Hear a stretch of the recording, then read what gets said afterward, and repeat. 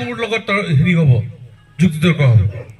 মই প্ৰমাণ দেখাই দিছিলো যে ডি ভোটাৰটো আমাৰ অধিভুক্ত নাগৰিকে কোৱাৰ দৰে 1997 চনত ডি ভোটাৰ কৰিছিলে প্ৰফুল্ল কুমাৰ মহন্ত মুখ্যমন্ত্ৰী আছিল, এজিবি চৰকাৰ।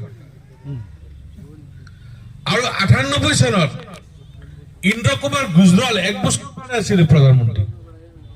ইন্দ্ৰ কুমাৰ গুজৰাল আদৰণীয় আছিলে সেই মন্ত্ৰীসভা।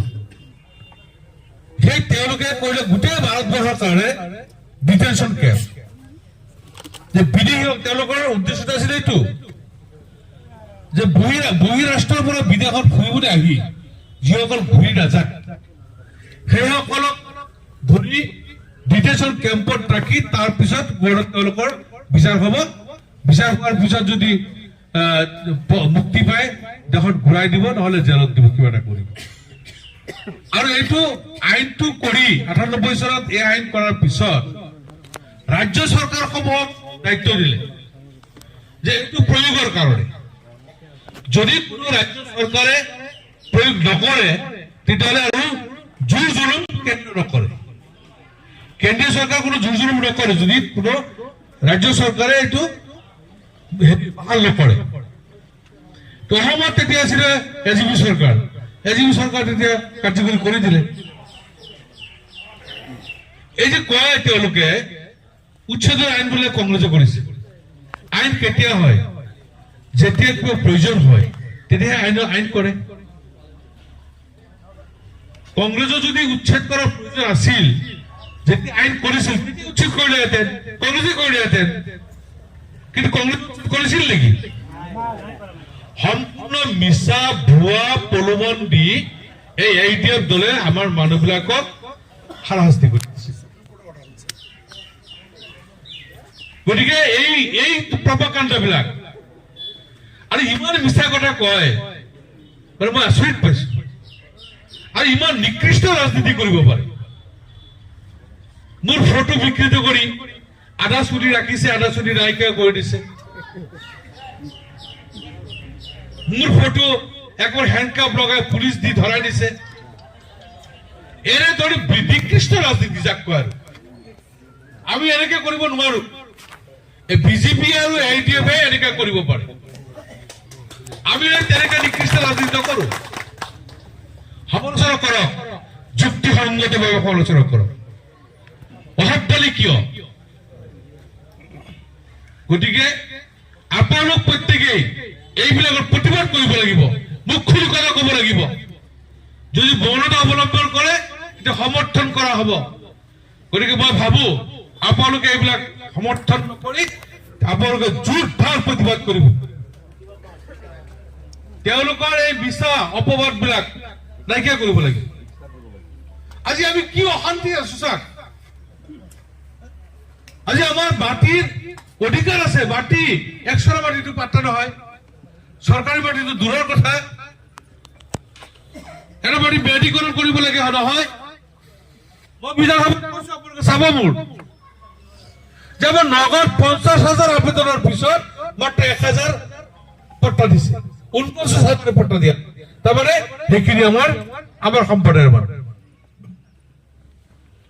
আজি আমাৰ মানুহ অন্যায় উচ্ছেদ কৰাৰ পিছত, অন্যায়ভাৱে মানুহক হত্যা কৰাৰ পিছত, অন্যায়ভাৱে জেলত দিয়াৰ পিছত, প্ৰাপ্যৰ পৰা বঞ্চিত কৰাৰ পিছত, ইটিকিং কৰাৰ পিছত আকৌ সেই দলৰ কেনেকে সেই দল আমাৰ ইয়াত থাকিব পাৰে? গতিকে সেই দলটো নাইকিয়া কৰাৰ কাৰণে আজি অসমৰ গোটেই মানুহ ঐক্যবদ্ধ হৈছে। বিজেপি দলে আগত আপাৰ আছামত তেওঁলোকে চব আসন লৈ লৈছিলে। এইবাৰ চাওক, এইবাৰ কমপক্ষে অলপ তাকল কৰিছো 80% আসন আমাৰ আপাৰ আছামৰ পৰা আহিব কংগ্ৰেছৰ চিট।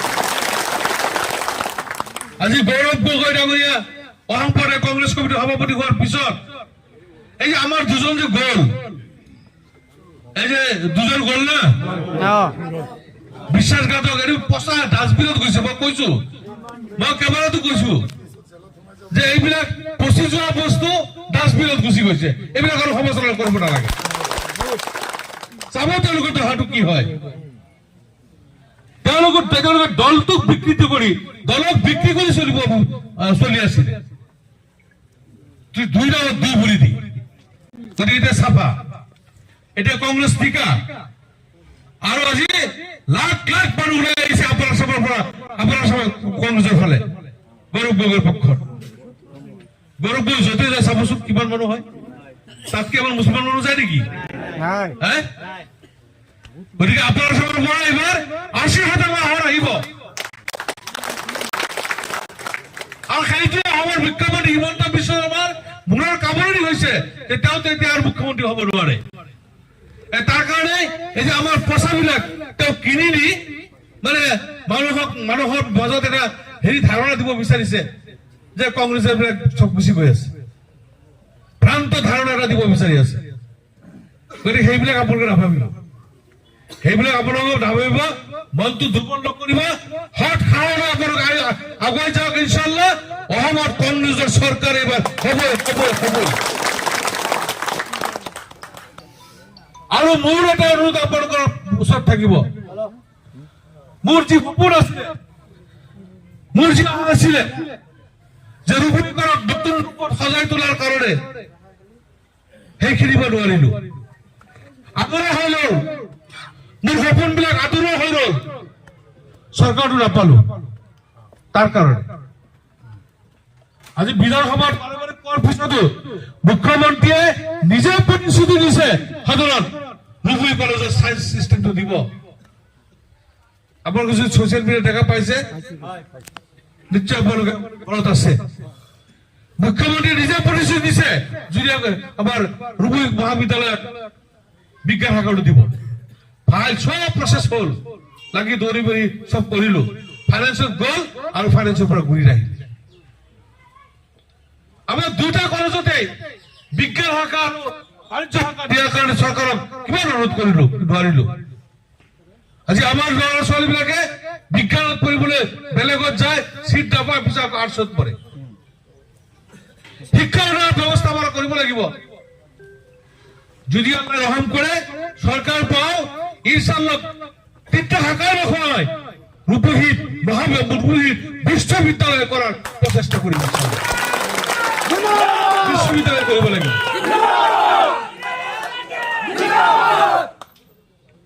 আজি আমাৰ স্বাস্থ্য ক্ষেত্ৰত আমাৰ যাতায়াতৰ ক্ষেত্ৰত আমি যিখিনি পিছ পৰি আছো বহু ক্ষেত্ৰত বিধানসভাৰ এইবিলাক কৈ কৈ অৰুণোদয় হৈছে আপোনালোকে চাব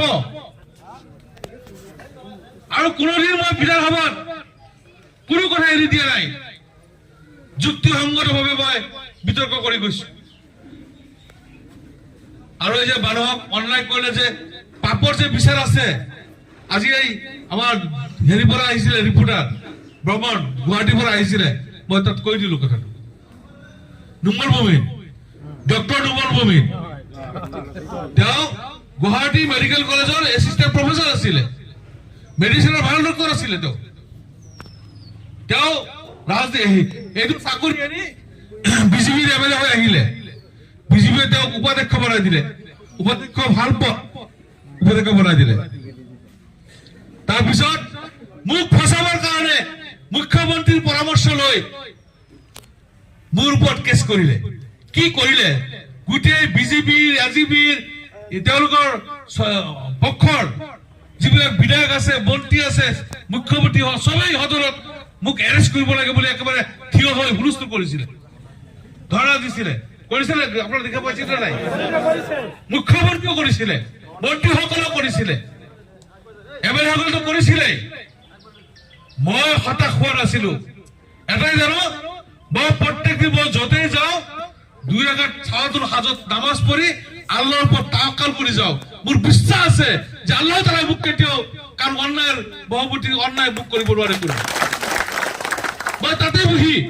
মই 2 লাইন লিখি দিলো স্পিকাৰক যে এইটো বাহিৰত যাব নোৱাৰে যেহেতু বিধানসভাৰ বজিয়াৰ বেটাৰ ৰুল ইমান মতে আপুনি সৰ্বদলীয় কমিটি এটা কৰি ইয়াত তদন্ত কৰিবৰ ব্যৱস্থা কৰক মই যেতিয়া ৰুল এইটো কৰি দিলো স্পিকাৰটো ৰুলৰ বাহিৰত যাব নোৱাৰিব থানাটো কপি দি দিলো মোক এৰেষ্ট কৰিব নোৱাৰিলে লাষ্টত বহুত কিবা কিবি কৰিলে দাবী ধমকি দিলে সিহঁত গৈ 4 দিনৰ কাৰণে এছেম্বলিৰ পৰা ছাছপেণ্ড কৰিলে। 4 দিনৰ পৰা কৰাৰ পিছতো লিগেল ফাইট দিয়াৰ পিছত এদিন যোৱাৰ পিছত আকৌ এই স্পিকাৰে সেই অৰ্ডাৰ উদ্যোগ কৰি আকৌ এছেম্বলিত দিব লগা হৈছে। গতিকে মই যুঁজ কৰি আহিছো। মই ক্লাছ 7ত পঢ়া অৱস্থাৰ পৰা মই যুঁজ কৰি আহিছো আৰু যুঁজ কৰি যাম জাতিৰ স্বাৰ্থত, কমৰ স্বাৰ্থত। আপোনালোকে নাভাবিব যে মোক কোনোবাই ঠেলাবাৰ দিলে পৰি যাম ইনশাআল্লাহ। আল্লাহৰ ওপৰত তাৱাক্কুল কৰি কৈছো, আমাৰ প্ৰাপ্য, আমাৰ মানুহৰ প্ৰাপ্য মই আদায় কৰি যাতে মই দুনিয়াৰ পৰা যাব পাৰো, মই আল্লাহৰ ওচৰত সকলো সময় মই কথাটো কওঁ। গতিকে আপোনালোক মনটো দুৰ্বল নকৰিব, সাহস আগুৱাই আহক। নিশ্চয় আমি ৰূপী সমষ্টিটো আমি বিধায়ক হিচাপে নিৰ্বাচিত কৰি ইনশাআল্লাহ অলপ তাৱাক্কুল কৰি কৈছো, আপোনালোকৰ কৰ্ম, আপোনালোকৰ প্ৰচেষ্টাৰ ফলত ইনশাআল্লাহ বিধানসভালৈ যাম আৰু চৰকাৰৰ প্ৰতিনিধি হৈ আমাৰ যিখিনি অভাৱ আছে, আধৰুৱা কাম আছে, আমি সেইখিনি পূৰণ কৰাৰ কাৰণে গতিকে সবে দোৱা কৰিব আৰু সবে লাগি যাওক। মই আকৌ কৈছো, আপোনালোক প্ৰত্যেকে এজন নুৰুল হুদা, মহিলাই হওক, পুৰুষে হওক, যুৱকে হওক, ছাত্ৰই হওক, সবে আজিৰ পৰা নুৰুল হুদা হিচাপে মোৰ হৈ আপোনালোকে প্ৰত্যেকৰ ঘৰে ঘৰে গৈ এই কেম্পেইনটো কৰিব। প্ৰতিটো ঘৰে ঘৰে গৈ কব যে আগন্তুক 9 এপ্ৰিল তাৰিখে ভোট কেন্দ্ৰৰ নিজৰ ভোট কেন্দ্ৰ উপস্থিত হৈ হাতৰ ছবিত মোক ভোট দি যাতে জয়যুক্ত কৰে, তাৰ আহ্বানটো আপোনালোকে প্ৰত্যেকটো ঘৰে ঘৰে দি দিব। এইটো মোৰ অনুৰোধ থাকিব। আপোনালোকৰ ওচৰত মই ৰেডি হৈ থাকিম আৰু সেই ঋণ পৰিশোধ কৰাৰ কাৰণে মই চেষ্টা কৰিম। নাভাবিব মই হেৰি উপকাৰটো পাহৰি যাম, সেই তেনেকুৱা নহয়। আৰু মই কথা দি কাম নকৰা আজিলৈকে মোক ক'ব নোৱাৰিব কোনো। মই যি কৈছো সি কৰিছো, যিখিনি পাৰিছো সেইখিনি কৰিছো, যিখিনি পৰা নাই সেইখিনি মই বুজাই দিছো মই কিহৰ কাৰণে কৰা। আজি ইমান বৰ কথা কয় ইহঁতে আহি দৰদ দেখা, সংখ্যালঘু দৰদ দেখায়। ৪৭ লাখ মহিলাৰ নাম যেতিয়া NRCৰ পৰা বাদ পৰি গৈছিলে, ক'ত আছিলে তেওঁলোক?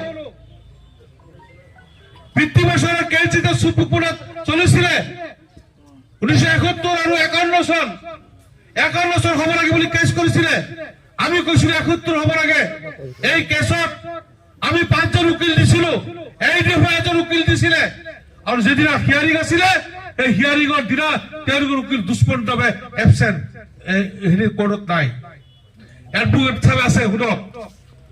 যদি এই গোচৰৰ উকিল কোৰ্টত নাথাকে কেছটো কি হ'ব পাৰে? আল্লাহ ৰহম আছে, আমাৰ 5জন উকিলে বিতৰ্কত অংশগ্ৰহণ কৰি 1971 চনৰ 25 মাৰ্চ সুপ্ৰিম কোৰ্টে ৰায় দিছে।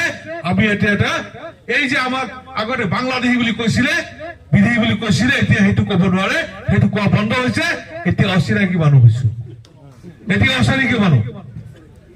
বিদেশী বুলি ক'লে আইনৰ বেৰবগাত পৰিব, এতিয়া আমি অচিনাকি মানুহ। এই অচিনাকি মানুহখিনিয়ে অহম কৰক, চিনাকি দিব লাগিব যে এইটো তোমালোকৰ সাম্প্ৰদায়িকৰ অহম নহয়, এইটো বিজেপিৰ অহম নহয়, এইটো সাম্প্ৰদায়িকতা স্থানীয়ত নাই। ইয়াৰ শংকৰ আজাৰৰ দেশ, ইয়াৰ সকলো জাতি ধৰ্ম, সকলো বাহাবাহীৰ সমান অধিকাৰ থকা অসম, এই অসমখনক আমি আগুৱাই লৈ যাব লাগিব। সেই অসম, সেই অসমৰ কাৰণে আমি সময়ৰ পৰিৱৰ্তন বিচাৰি আছো। গতিকে মই অনুৰোধ কৰিছো আপোনালোক প্ৰত্যেকেই নিজে যোদ্ধাৰ হিচাপে আপোনালোকে কাম কৰক। মানুহক আহ্বান কৰিলে আপোনালোকে আহিব। মই যি দেখিছো, আল্লাহৰ ওপৰত তাৱাক্কুল কৰি কৈছো, আপোনালোকে যদি ভালকে কাম কৰে 90% ভোট আমি পাম। আৰু যিসকল মোৰ প্ৰতিনিধি থাকিব চবৰে চিকিউৰিটি বাজেয়াপ্ত হ'ব ইনশাআল্লাহ। গতিকে আপোনালোকে যাতে প্ৰত্যেকজনৰ চিকিউৰিটি বাজেয়াপ্ত কৰি এটা ৰেকৰ্ড কৰিব পাৰে, তাৰ কাৰণে সকলো আত্মনিয়োগ কৰাৰ কাৰণে মই আপোনালোকক বিনম্ৰভাৱে অনুৰোধ জনাইছো। আৰু চবেই দোয়া কৰিব, প্ৰত্যেক ওয়াক্ত নামাজেৰ সময় দোয়া কৰব যাতে আল্লাহ তাআলা মোৰ হায়াতেৰ জিন্দগি যিমান দিন দিছে ইমান দিন যাতে কৌমৰ স্বাৰ্থ, জাতিৰ স্বাৰ্থ কাম কৰে যাব পাৰো, তার কারণে আল্লাহ তাআলা যে শক্তি দিয়ে এই দোয়া কামনা করে আমার বক্তব্য